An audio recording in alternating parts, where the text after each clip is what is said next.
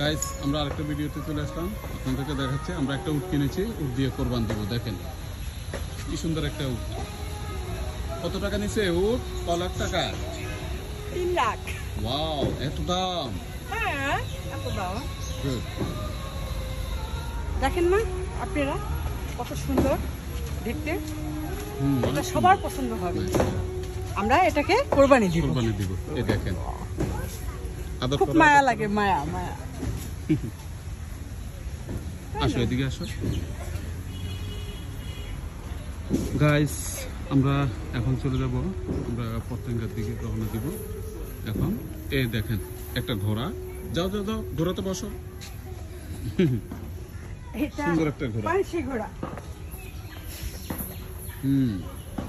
টকবক টকবক, সুন্দর। টকবক করে।